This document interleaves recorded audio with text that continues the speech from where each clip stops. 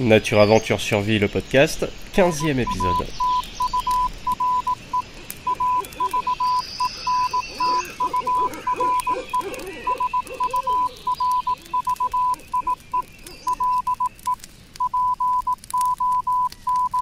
Nature Aventure Survie.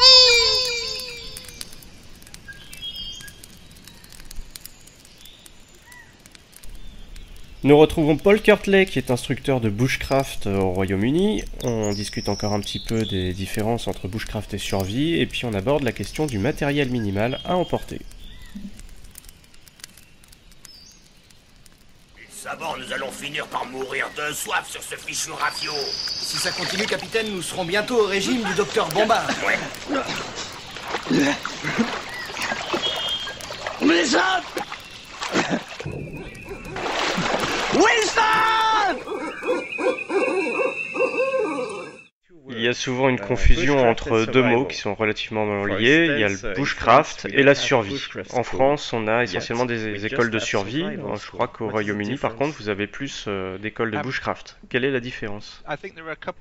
Alors, je crois qu'il y a quelques différences. Alors, la plus importante, c'est celle du contexte, pas tellement le contenu finalement. Un des exemples que je donne assez souvent, peut-être que les gens qui vont m'écouter ont déjà entendu parler de ça. J'ai déjà utilisé cet exemple, mais je crois que c'est un exemple parlant et il y a beaucoup de gens qui le comprennent, qui peuvent s'y rattacher. Par exemple, le feu par friction à l'archer. Je crois que beaucoup de gens qui écoutent ce podcast ont déjà vu cette technique ou la connaissent déjà peut-être. Vous prenez des matériaux naturels, certains types de bois, vous essayez de le sculpter pour faire une sorte de kit mécanique, et le but c'est de produire de la chaleur par une action mécanique pour produire une braise. On met la braise dans un nid, le petit nid on souffle dessus, ça peut produire une flamme, et grâce à cette flamme on va construire un feu. C'est une méthode très robuste, très utile. Ça donne un avantage certain sur la mécanique parce que c'est très simple. Vous avez le choix également des différents matériaux que vous allez utiliser, ce que vous allez utiliser pour la planche, pour la corde, etc. Ça, c'est vraiment des compétences très simples. Si vous allez dehors, vous êtes tout seul ou avec des amis, vous allez construire un feu grâce à ça, parce que vous retrouvez tout ce dont vous avez besoin pour faire votre kit. Vous pouvez être très bon à ça. Certaines personnes qui travaillent avec moi à Frontier Bushcraft aiment bien faire un concours où ils débutent avec seulement un petit bout de corde et un couteau. Ils vont dans la forêt, ils doivent trouver les bons matériaux et ils essayent de faire le feu, obtenir une flamme le plus rapidement possible. Le plus rapide d'entre nous, c'est 18 minutes. Ça paraît long pour ceux qui ne connaissent pas, mais si vous avez déjà essayé, vous savez que en partant de rien, juste avec un couteau, en 18 minutes vous obtenez une flamme, vous vous rendez compte que c'est quand même très rapide. Ça, c'est les compétences de base. Si vous faites ça parce que vous voulez faire un feu, c'est du bushcraft. Vous faites votre feu, vous pouvez faire bouillir votre eau et vous faites votre camp le soir. C'est du bushcraft. Par contre, si vous faites un voyage en canoë dans un endroit où vous ne connaissez pas vraiment l'endroit, vous ne captez pas le signal pour votre téléphone portable. Par exemple, il y a certaines parties dans le nord des États-Unis qui sont comme ça. Vous êtes le seul bateau du groupe qui passe dans les rapides et vous perdez votre groupe peut-être. Et vous êtes le seul dans le bateau parce que c'est plus rapide, c'est plus maniable. Vous allez dans les rapides, votre bateau chavire, le bateau continue sa route, vous ne pouvez pas le récupérer, vous arrivez à vous accrocher à un caillou, vous vous lissez sur le bord de la rivière. Si vous tombez dans un lac, il y a de fortes chances que vous soyez loin de la berge, mais si vous êtes sur une rivière, bon ben, si vous restez pas bloqué sur un caillou, vous allez vous retrouver sur le bord de la rivière, sur la berge. Vous avez perdu votre bateau, vous êtes tout seul sur la berge, et vous avez seulement ce que vous portez sur vous, votre gilet de sauvetage peut-être, vos vêtements, et ce que vous avez dans vos poches. Et là, vous allez devoir utiliser le feu par friction pour vous allumer un feu, parce que vous avez froid, vous savez que vous allez peut-être passer une nuit dans la forêt, vous devez vous sécher. Là, ça devient vraiment une compétence de survie, parce que ce qui peut vous tuer, c'est l'hypothermie. Et il faut juste savoir que vous n'avez pas besoin de passer beaucoup de temps dans l'eau pour souffrir d'hypothermie. Même si vous faites du canoë en mai ou au printemps, l'eau elle est encore très froide. Vous allez avoir très très froid. Donc si vous utilisez la même compétence et les mêmes savoirs que précédemment, c'est plus du bushcraft, c'est de la survie parce que ça va vous empêcher de mourir. Par contre, encore un autre exemple, si vous avez un groupe d'amis qui vient à la maison, vous allez dans le jardin, vous allez faire un barbecue, et il y a vos amis qui disent ah bah Alban ou allez Paul, vu que vous enseignez le bushcraft, allez, montrez-nous comment on fait du feu par friction. Et là, vous allez leur montrer. Vous avez peut-être un kit qui est déjà fait. Vous avez peut-être des matériaux que vous allez trouver dans votre jardin que vous pouvez utiliser pour faire un kit.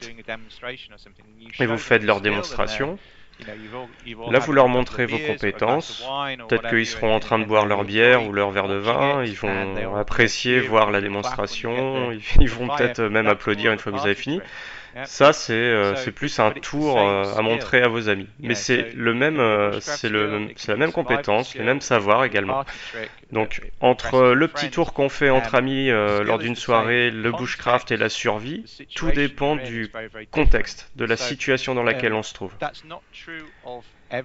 C'est pas vrai pour toutes les compétences qu'on peut maîtriser, mais la plupart des compétences qu'on utilise, est-ce que c'est du bushcraft, est-ce que c'est de la survie, finalement c'est toujours la même chose, mais ça se réduit simplement à une question de contexte.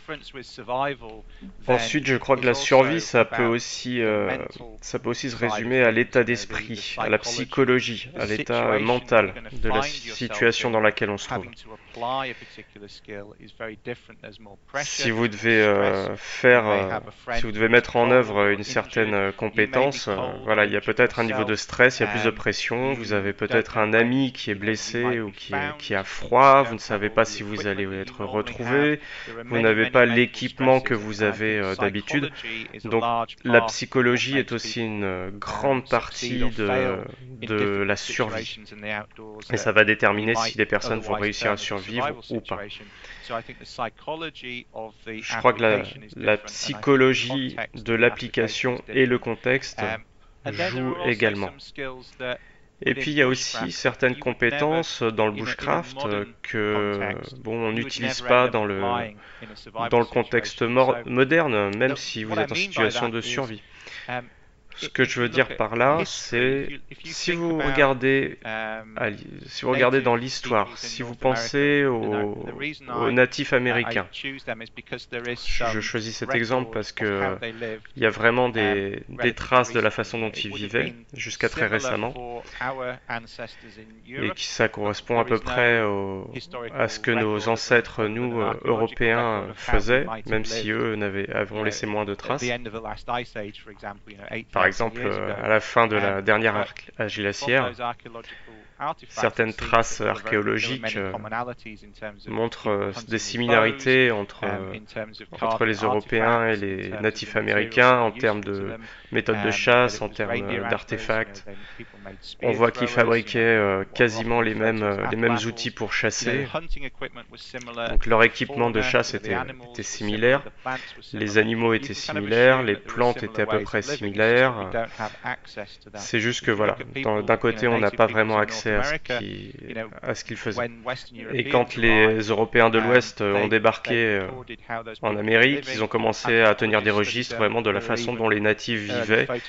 Ils ont pris des photographies, des textes, donc de la façon dont ces natifs américains vivaient de leur environnement.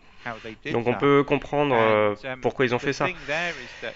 Mais bon, le point important ici, c'est de notre perspective à nous, maintenant qu'on enseigne ce genre de techniques, ce qu'on considère être des techniques de bushcraft, par exemple faire du pistage pour suivre un élan,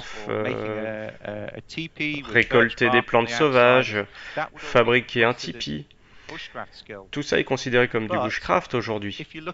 Mais si on regarde, si on compare avec les natifs américains, eux, ils vivaient de leur environnement 24 heures sur 24, 7 jours sur 7, 365 jours par an. Et toutes ces compétences-là, c'était des compétences de survie. S'ils ne fabriquaient pas certaines choses avant l'automne, ils allaient mourir pendant l'hiver, tout simplement. C'est savoir faire des vêtements, c'était de la survie pour eux. Donc là, ça dépend aussi du contexte et de notre perspective moderne. Beaucoup de compétences et de connaissances qui sont très basiques sont pourtant essentielles pour la survie. Ça peut être allumer un feu, par exemple. Ça paraît bête, mais c'est très utile. Si quelqu'un quitte son domicile pendant suffisamment longtemps et qui se débrouille pour survivre pendant très longtemps, ce qui était d'abord des techniques de survie et ensuite considérées aujourd'hui comme des techniques de bushcraft redeviennent des techniques de survie. Un autre exemple, c'est que si quelqu'un se perd dans la forêt, il est secouru au bout de 72 heures normalement. Les gens vont d'abord avoir peur de mourir de faim, mais en 3 jours, vous n'allez pas mourir de faim. Vous allez avoir besoin d'un abri. Il faut être sûr qu'il y ait quelqu'un qui vienne vous chercher, donc vous avez besoin d'être repérable. Donc il faut aussi que vous sachiez si vous avez dit à quelqu'un où vous alliez pour que quelqu'un signale votre disparition. Donc ce qui peut devenir utile, c'est un feu par exemple, qui peut vous réchauffer ou vous signaler au secours. Si vous savez que quelqu'un vient vous chercher bientôt, vous avez besoin d'un abri, vous avez peut-être besoin de boire un peu d'eau. C'est juste une question de se faire signaler. Mais c'est très différent de vivre dans la forêt pendant 365 jours. Ce qui est considéré comme de la survie aujourd'hui, c'est finalement très différent de ce qui était de la survie pour les ancêtres, pour les natifs américains. Mais je crois que finalement toutes ces limites, toutes ces distinctions sont très académiques. Si vous avez les compétences, les connaissances, si vous avez la psychologie également, dans une situation de stress, une situation de pression, finalement c'est à vous de choisir est-ce que c'est du bushcraft ou est-ce que c'est de la survie. C'est une longue réponse. That's a perfect answer. Est-ce que tu n'as pas l'impression aussi que les écoles de bushcraft se concentrent peut-être un peu plus sur les ressources naturelles, alors que les écoles de survie se reposent un petit peu plus sur le matériel et la préparation, par exemple en utilisant des couvertures de survie, des fire steel, etc.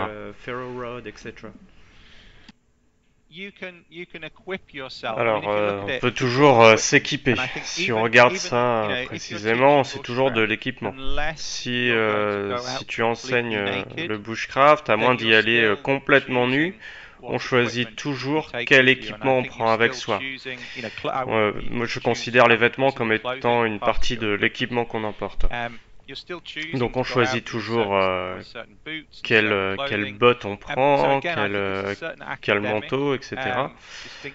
Donc c'est vrai, c'est une distinction un peu académique, mais à mon sens, oui, c'est vrai qu'il y a quand même une différence entre le bushcraft et la survie. Donc il y a le contexte, bien sûr. Mais si j'enseigne à quelqu'un les principes d'un abri, les premières choses que je vais enseigner à quelqu'un dans ce cas-là, c'est les pertes de chaleur. Donc on construit un abri avec des ressources naturelles, ou alors si on construit un abri avec une couverture de survie et on coupe, je sais pas, un sac pour faire un tarp, ou alors on fait un abri en appentis. On doit lutter contre les pertes de chaleur, conduction, rayonnement, évaporation et convection. ce sont les mêmes. Donc on peut faire son abri à partir de ressources totalement naturelles ou alors une combinaison de ressources naturelles et de ce qu'on a dans le sac à dos, ou alors on fait un abri avec uniquement ce qu'on a dans le sac à dos. Tout ça, toutes les pertes de chaleur seront les mêmes. Donc le but de l'abri, c'est simplement d'empêcher ces pertes de chaleur. Alors oui, on peut dire que dans une perspective de survie, il est plus utile de prendre une couverture de survie, un tarp, pour faire un abri dans le sac à dos. Dans le cas où on a vraiment besoin d'un abri, parce que c'est difficile de faire un abri à partir de ressources naturelles. C'est quelque chose que j'enseigne dans mes cours. Je vais enseigner aux gens à faire un abri totalement naturel. Par exemple, on a un cours qu'on appelle fondamental qui dure un jour. On apprend bien que toutes ces paires de chaleur sont les mêmes à chaque fois. Et toutes les personnes de ce cours vont faire l'abri. Ils vont récupérer des feuilles, ils vont récupérer des branches dans la forêt. Il peut y avoir 10 personnes, par exemple, qui vont construire l'abri en une demi-heure. Alors on dit, ok, 10 personnes, une demi-heure, ça fait environ 5 heures pour une personne seule. Donc ces 10 personnes ont très bien pu construire simplement un abri pour une personne. Et puis on n'a pas besoin là de le faire par tout le monde parce que c'est un cours d'une heure, on a besoin d'aller vite. Mais au moins les gens voient comment ça fonctionne, on peut le construire en une période très courte et ils comprennent que voilà, s'ils avaient été seuls, ça aurait été 5 heures, alors qu'avec un tarp, on peut le faire beaucoup plus vite. On peut utiliser aussi une couverture de survie, ça permet de rester un petit peu plus, d'être au chaud, ou alors on peut l'utiliser en tant que tarp, on peut faire un appentis, on peut avoir un feu à côté, et ça on peut l'installer en quelques minutes simplement. Donc les gens réalisent que c'est intéressant d'avoir ce genre d'équipement, mais ça dépend vraiment de ce qu'on a dans le sac à dos. Ouais. Alors, entre le choix de 5 heures pour faire un bon abri naturel ou quelques minutes, si vous êtes dehors juste pour une randonnée de quelques heures, si vous ne rentrez pas à temps avant la nuit qui tombe, ça va être un peu tard dans la journée pour décider de faire un abri naturel. Ça veut dire que peut-être que vous allez prendre la décision de vous arrêter une heure avant le coucher du soleil pour vous faire un vrai abri. Donc ils y comprennent l'intérêt d'avoir du matériel qui permet de s'installer rapidement. Donc j'enseigne toujours la façon bushcraft aux gens de faire les choses, mais je leur montre également la version moderne et les équipements modernes, les équivalents modernes, ce qui permettent de se faciliter la vie finalement. Mais je pense que les deux façons s'entrecroisent vraiment de façon très intéressante. Donc on peut faire la différence entre le bushcraft ou la survie, mais au final on est tous des personnes modernes qui décident d'aller dehors se balader. Donc on a besoin de prendre en compte les deux points de vue finalement. Ensuite, il y a des choses que vous allez faire probablement dans une situation de survie que vous allez être obligé de faire. J'ai passé par exemple quelques temps à essayer de dormir avec sans aucun matériel pour dormir, pas de sac de couchage, en construisant un tout petit abri naturel avec un feu. C'est désagréable, mais si vous le faites dans une situation de survie, rien que ce feu-là vous garde un petit peu au chaud et vous garde en vie. Donc il y a des choses qu'on va faire dans une situation de survie pour rester en vie. Ça peut être un petit peu plus difficile, un peu plus extrême que si on veut juste appliquer ces techniques de bushcraft. Mais je pense que tu as tout à fait raison parce que quand on enseigne le bushcraft, je l'ai déjà dit, ce sont des connaissances pratiques de ressources naturelles. Et je pense qu'il y a un danger à enseigner la survie uniquement du point de vue du matériel. les personnes qui sont le mieux équipées pour faire face à une situation de survie en termes de compétences physiques. Ce sont les personnes qui sont les meilleures en bushcraft. Si on regarde les contenus des écoles de survie, très souvent on retrouve ce qu'on appelle le bushcraft, parce que ça va au-delà de simplement avoir une couverture de survie et un fire steel. Donc on peut vous montrer aussi beaucoup de ressources naturelles qu'on peut utiliser, il y a beaucoup d'aspects qu'on peut utiliser dans une situation de survie. Mais je pense que tu as raison, même si ces limites sont très floues finalement. Je pense que les écoles de survie insistent un peu trop sur le matériel et pas assez sur les ressources naturelles qu'on peut utiliser. Alors qu'au final, les compétences qu'on utilise, les connaissances, ce sont exactement les mêmes. Puisqu'on parle du matériel, qu'est-ce que tu penses de tous ces matériels, ces outils qu'on peut trouver dans les boutiques, sur Internet, et qui sont labellisés survie, outils de survie, kit de survie? Alors je pense qu'une partie de ce genre de matériel peut être intéressant. Par exemple, si je vais faire de la randonnée dans la montagne, je prendrai au moins un sac de survie. Alors, le sac de survie, c'est un plastique assez épais, orange. On peut aller dedans pour se faire un abri improvisé. Ça, c'est un outil de survie qui est quand même assez intéressant. Les priorités dans une situation de survie, la première priorité, c'est après les soucis médicaux, c'est quand même la protection. Protection face à l'environnement, face à la météo. Il faut éviter d'avoir trop chaud ou d'avoir trop froid. Donc on a besoin d'une protection de l'environnement pour éviter l'hypothermie ou l'hyperthermie. Et l'abri est quand même le premier plan plus important, après bien sûr les vêtements. Mais ce genre de choses là, les sacs de survie, les couvertures de survie, sont des choses que vous pouvez prendre avec vous et qui sont importantes. Il y a plein d'autres choses par contre, comme les couteaux de survie. Je trouve que ça peut éventuellement être intéressant si vous allez faire une randonnée dans les forêts, mais qu'est-ce que vous allez survivre avec? Vous êtes dans une randonnée d'un jour. Qu'est-ce que vous allez faire avec ce couteau? C'est vraiment un gadget, je crois. Et on tombe vraiment dans l'environnement des gadgets. C'est du marketing, c'est commercial. Le bushcraft devient de plus en plus commercial. Et c'est vrai que de plus en plus on voit des matériels labellisés bushcraft également. Alors que bon, quand on y réfléchit, le bushcraft c'est simplement des connaissances et des compétences pratiques qu'on a des ressources naturelles. Donc pourquoi est-ce qu'on aurait des objets labellisés bushcraft? N'importe quel outil qu'on peut utiliser, n'importe quel couteau, même un petit couteau qui se plie va pouvoir être très utile si c'est juste pour faire du bushcraft. Si vous prenez les Hadza, ils ont beaucoup de connaissances, peu de matériel et ils se débrouillent très bien pour survivre. Donc le bushcraft, c'est vraiment pas de l'équipement, c'est pas du kit, c'est pas du matériel. C'est de la compréhension et des connaissances. Mais c'est vrai que il y a une mode du bushcraft ceci, bushcraft cela. Et je crois que le danger, par contre, avec le matériel de survie, c'est que si les gens les achètent en se disant que peut-être un jour ils en auront besoin dans une situation, le matériel a besoin d'être vraiment super. Et le problème, c'est que j'ai essayé pas mal de trucs qui sont labellisés survie, des kits. La plupart des outils sont vraiment pas terribles, l'acier se plie, ça fonctionne pas bien, ça dure pas très longtemps, c'est inclus dans un packaging qui se dégrade petit à petit,